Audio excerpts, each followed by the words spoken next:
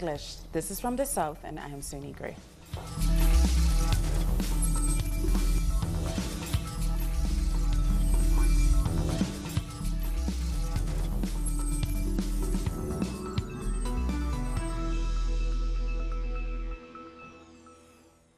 Venezuela's new currency, the Bolivar Soberano, will start being used on Monday, August 10th. This new system will take 5 zeros off the current currency value, with the intention of boosting cash flow and making economic and commercial transactions easier. Also, the second official currency, the petro, will be reinforced. With this, the government tries to break the economic blockade that the U.S. and its allies have imposed upon them. The first stage of this will be monetary reconversion and the official establishment of the Bolivar Soberano that will allow people to purchase basic products and services. Venezuela's Minister of Interior, Justice and Peace, Nestor Raverol, has held a meeting with the authorities of the country's finance system. Right before the new currency policies are applied in Venezuela, Raverol said that the ministry will be in charge of giving guarantees for the transport and protection of the new bills and coins. He also said that this process will be supported by the Ministry of Economy and Finance and also by different security groups within the country. More than 1 million cars have been registered in the National Transportation Census that comes to an end on Friday. Plaza Bolívar in the capital Caracas is one of the places across Venezuela where people can register their car for the national census for transportation, aimed at distributing fuel more efficiently. I think this is a good measure because it allows the people to access subsidies to fuel, just like the president promised with the census. The government will know how many people have registered and will be able to make decisions regarding the transportation sector. Authorities are hoping to register 2 million cars. The new measurements aren't just for private vehicles. The census will hopefully also improve public transportation, despite having a car. People are also always using it, so I am hoping we have more benefits regarding this service as well. For Venezuelans who support this national census, the fuel subsidies are only accessible to them. Another reason for the subsidy is to end fuel smuggling to Colombia. Fuel smuggled to Colombia and the Caribbean. This really hurts our economy. I'm hoping this new measure works. But fuel in Venezuela will be sold at international prices to end smuggling. People registered for the census will access the subsidies. People can register their car with their car number plate and their government ID. El Salvador has held a march in solidarity with Venezuela. The Socialism Solidarity Front in Latin America has walked from the Simón Bolívar Park in San Salvador to condemn the assassination attempt against President Nicolas Maduro on August 4th. We are sending a clear message in solidarity with the Venezuelan government, and especially its people, who resisted over the past years the attacks of the U.S. empire. We know that Venezuela is a victim of these attacks for mostly pushing forward a revolutionary process to provide social justice and a better life for the Venezuelan people. We want to show solidarity with Venezuela and with President Nicolás Maduro, who is being backed by his people. It is important that all of our countries have sovereignty and autonomy. We know the opposition is capable of everything. Venezuela said they took Chavez from us, and we are not going to allow they take Maduro too. They need to respect the democratic processes of Latin America. None of our nations go to the United States to tell them how to govern their people.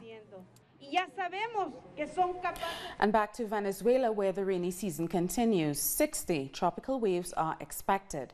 The government has declared a red alert in the Orinoco Basin and Caroni rivers, where the growth of the rivers have exceeded historical levels. The Miranda district is one of the most affected in Puerto Ayacucho, in the state of Amazonas. The swelling of the Orinoco River has buried several houses underwater. Roger Guevara lost some of his belongings. He never imagined that the river would rise this much. I was probably 12 years old when something like this happened, but the rise of the river this year has been even bigger. The Orinoco River really grew incredibly. I didn't imagine that it could get to my house. The regional government has moved 6,700 families to the transitory shelters. nos respondieron, nos ubicaron.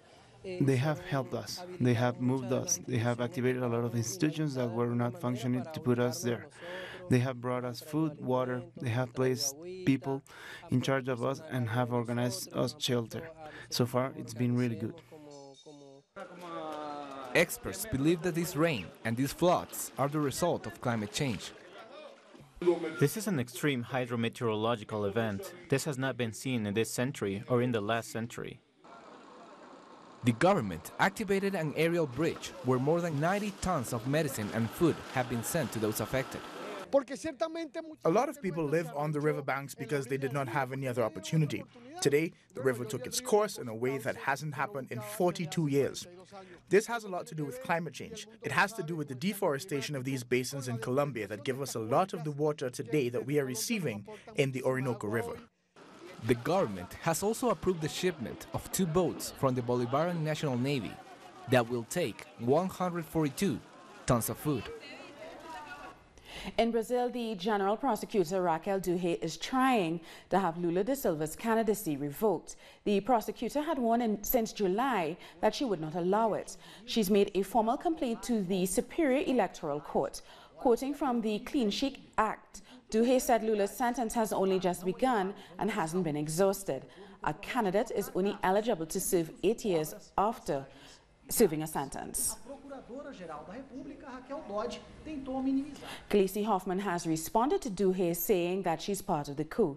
But on Wednesday, Hoffman was excited to register Lula for the presidential race. Arriving here and having this document in our hands is an immense victory. It's not our victory. It's not a victory for the Workers' Party, for Lula. It's a victory for the Brazilian people. It's a victory for those who have believed in social justice, for those who have believed in a better Brazil. Well, this was something that we were expecting. Late last night, the public prosecutor filed a complaint against Lula da Silva candidacy as a presidential candidate.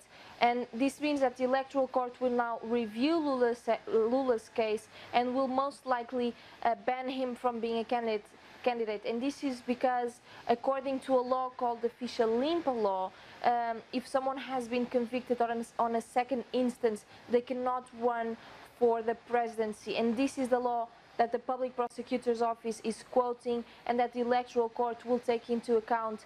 And this has been something that we have been expecting, and now we expect after Lula is banned from being a candidate, we expect his lawyers to appeal on that decision, while they also appeal his conviction on the first place to try and get him acquitted in time for the elections. That would allow Lula to be a candidate freely like any other person. Now, just a few important informations. None of the candidates right now is actually an official candidate. What they did yesterday was to file a request to be a candidate. After that, there will be 5 days that the public prosecutor or the other parties can complain about that request, and the Electoral Court will either approve it or deny it. And in the case of Lula, it's likely that the Electoral Court will deny it. Time for the first break of the newscast, but we'll have more news after this video from our team in multimedia.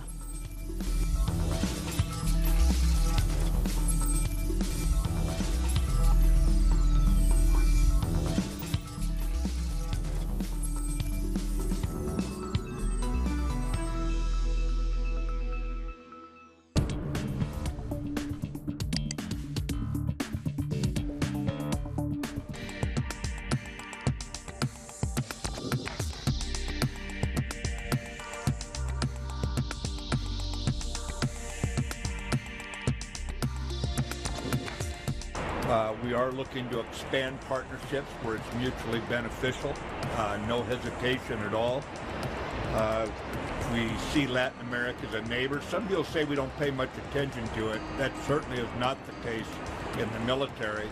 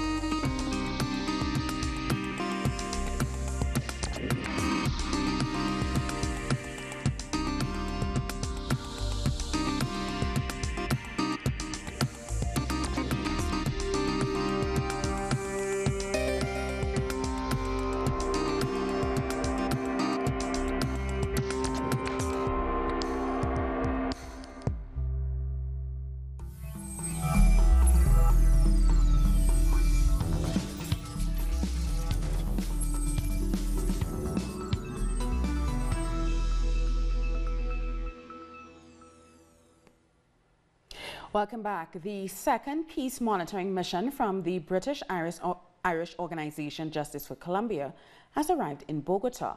Their objective is to follow up on the implementation of the peace accords between the government and the FARC. It's important to note that after their first visit back in April, the delegation highlighted the need to guarantee the safety of social leaders in the region, something which has not yet been resolved by the authorities. Social organizations are also meeting in Colombia to begin the so-called Peace Week.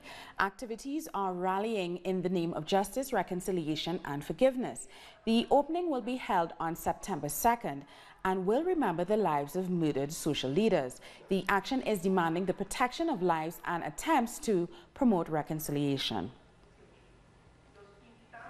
Riots have broken out at Colombia's National University of Bogota on Wednesday after around 100 hooded men stormed the campus. Police in full riot gear threw smoke grenades in running clashes with the group, crippling traffic around the city as the authorities tried to control the situation.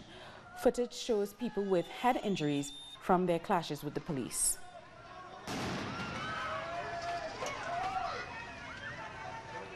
And the former secretary of the Union of South American Nations, or UNASUR, has spoken extensively with Telesur about the regional bloc's future and Colombia's decision to leave it. I think Colombia's decision responds to a regional scenario. For anyone right now, to think about Latin America and a process of regional decay is to think about suicide. Our region has never been so threatened by aggressive agendas, like the one of US President Donald Trump. To face these agendas by breaking up every mechanism of integration we have, like UNASUR, Mercosur, CELAC, and ALBA, is to have a suicidal approach. 51 Colombian immigrants have been deported from Chile early Thursday morning. This operation is being seen as an example of President Sebastián Piñera's zero-tolerance policy on illegal immigration. Meanwhile, in Chile, the U.S. Defense Secretary James Mattis is there for an official visit. Our correspondent Paola Draganic has the details. Y finalmente, el secretario de Defensa de Estados Unidos, James Mattis, llegó. The Defense Secretary of the United States, James Mattis, has arrived in Chile to continue his Latin American tour. He was received with honors by President Sebastián Piñera. The two held a meeting of approximately 30 minutes where they signed an agreement on cybersecurity. Mattis said Chile was a friend of the U.S. and said that the objective of the meeting was to strengthen ties between the two nations. Still, the tour has not been overall peaceful. Various analysts see this tour as a strategy to secure loyalty to the U.S. Nonetheless, here in Chile, the visit of Secretary Mattis has gone very much unnoticed. Thanks, Paola, for that report. The case of a Chilean teenager allegedly abused by the police has exposed the worrying trend of violence against students. Only 4 blocks separate Eduardo de la Barra School and the police station in the city of Valparaíso. And Vicente has to walk past it each day despite being the victim of alleged police brutality on the premises. He claims he was illegally detained for taking a traffic sign in front of the headquarters. He told me that I'm in problem. He took me by the arm and took me to the commissary. The joke lasted only a couple of seconds, but it made the policeman angry, especially one. He pushes me. I fell for approximately 3 steps or 4, and there he begins to hit me for the first time. He kicked me while I was on the ground. After that, he raised me and started to hit me with his open hands, in the ears, in the head, in the body. But there is more to it. Vicente studied for over a month in the emblematic school, known for student demonstrations, and also known for its alumni, President Salvador Allende. They let me know in the commissary. They told me that they have to educate those of Eduardo de la Barra, that they are communists and lost causes. And in the school, there are many cases of violence in the same commissary. In March, during the presidential inauguration ceremony, Vicente's schoolmate took a path outside of which the policeman outlined. And that meant that they hit him, tortured him, threatened him, 5 or 4 policemen, so we are in the process of filing lawsuits. There is also a classmate that was detained in this commissary and beaten when she was pregnant. Police always go unpunished. The young man says he spent a night in the headquarters being beaten. The legal hair report indicates that the hits received by the minor in the right ear is known as a torture mechanism called the telephone, which causes great damage but are not visible. Vicente suffered a perforated eardrum. His classmates share his emotional pain and anger. At 17 years of age, there's an interest in political participation, and that doesn't bode well with the institutions that are meant to protect citizens but turn violent, especially against someone underage. They say this seems to be a regular pattern against these school students. The Federico Britain National Community Movement is marching to demand that the government provide dignified housing. Representatives of informal settlements from several parts of Panama marched against forceful evictions and for the human right to decent housing. They also demand that the government of Venezuela offers solutions to the Panamanian people. 500 informal settlements were created due to the lack of access to housing in the country. Today we are making a call to the government so that families like Rio Tapia have dignified housing, since these people have needs. They were brutally evicted the last year in Cerro Galera or Vista al Mar and other communities. We are claiming a dignified housing because it is the right of all Panamanians. In this country, the beaches have been stolen, along with the land of the indigenous and campesinos. This is why we are calling on government representatives to think and look for a solution. A 6-year-old has become the first child in Ecuador to have the names of both same-sex parents on her national identity documents. The child is the daughter of the same-sex couple, Nicola Rothon and Helen Bricknell, two British women who live in Ecuador. The civil registry refused to register the birth in 2012 with both surnames, sparking a legal battle which ended with the country's constitutional court ruling in the mother's favor in June of 2018. From the beginning, we were sure we would achieve this and that it was the best thing for Satya. We were confident the day would arrive, but we didn't know if it would be the next day, in 2018 or in 2028. But fortunately, it is today. We always knew that, and we were confident it was better to wait and for them to have everything that having two mothers entails, instead of one. In Argentina, industry is suffering in the wake of recommendations by the International Monetary Fund. The industrial sector has recorded a year-on-year decrease reaching 8.1%. That's according to the latest data published by the National Institute of Statistics and Census. This is the worst collapse in the industrial sector since 2002, affecting the job market. We've lost more than 100 high-salary jobs. Activities in the industrial sector reduced in 20%. Operations have systematically been suspended for several days this year, and then we see companies close. The increase of imported goods has worsened this crisis.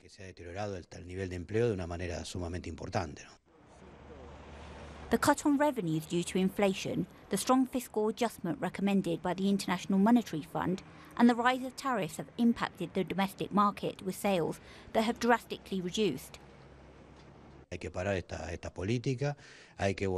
We must stop these policies to the line of regional integration in order to work with Brazil and with other brother countries in the region. We have to limit imports and create an investment bank that allows the development of small and medium-sized companies. We also have to strengthen some strategic areas of the big industry to push for a better quality employment.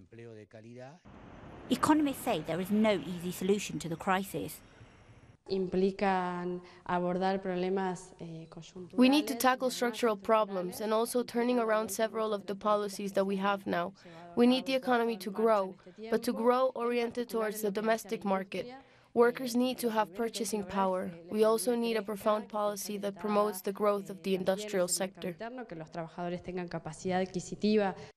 Meanwhile, the International Monetary Fund has audited the country's accounts and demanded that the government implement the adjustment policies, which will have a negative impact on the domestic market and local production. More news in a minute, but first here's a video from our colleagues in multimedia.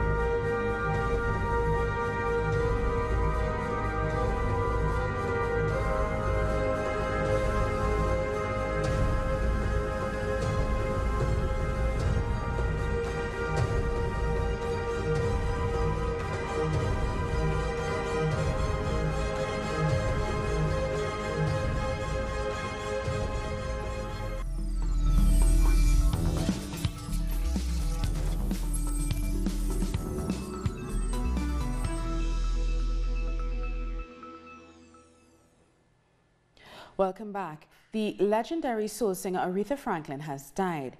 Tributes are pouring in from across the globe for the groundbreaking artist, also known as the Queen of Soul.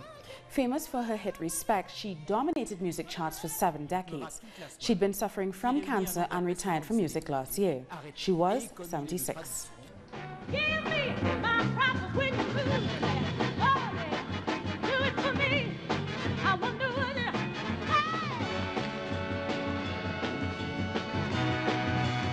And dozens of people gathered outside the Ecuadorian embassy in London to show solidarity for the WikiLeaks founder Julian Assange on the 6th anniversary of the start of his political asylum. There have been rumors that Assange may leave the embassy, where he has been living since 2012, after Ecuadorian and British officials discussed his removal ever since his asylum protection was revoked. I've come down to show solidarity with Julian Assange. This is the anniversary of Ecuador's very brave decision to give him political asylum, and I think that needs support, particularly at this time where the pressure on Ecuador from various forces to get Julian out of the embassy and into the clutches of the United States has been ramped up.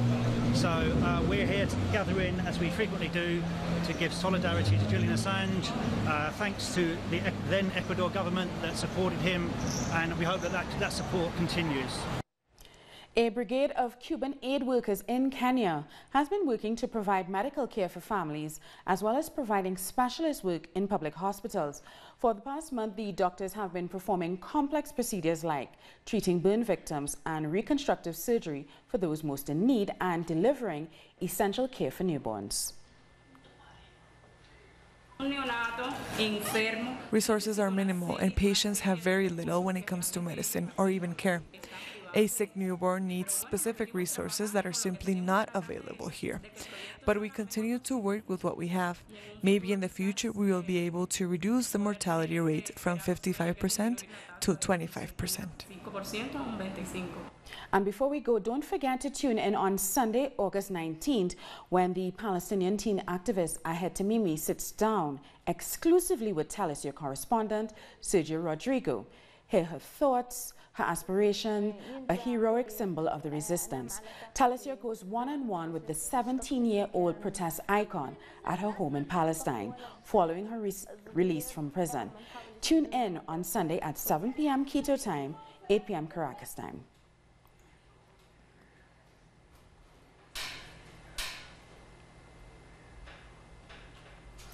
We've come to the end of this news brief. For these and many other stories, you can find them on our website at telesurtv.net/English.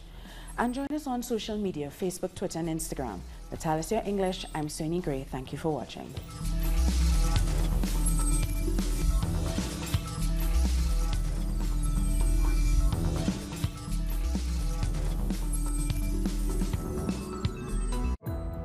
Our actions have an impact on the environment. It's our responsibility